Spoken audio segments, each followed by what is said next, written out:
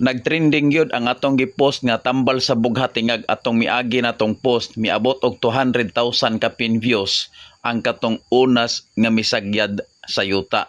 Daghang miingon nga wala kunoy unas nga misagyad sa yuta. O kani lahi na sad ni nga punuan nga ato ang gikuhaan og video karon.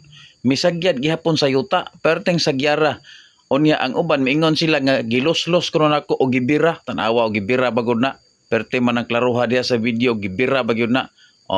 Makita magina ninyo ang kinibabuan o gibira bagyo na. Unya, daghan kayong nangutana sa tua, labi na nag-PM, ang ba nag-comment sa tuang video atong miagi na itong gipost, unsa kunoy kalahian sa unas nga misagyad sa yuta o wala misagyad.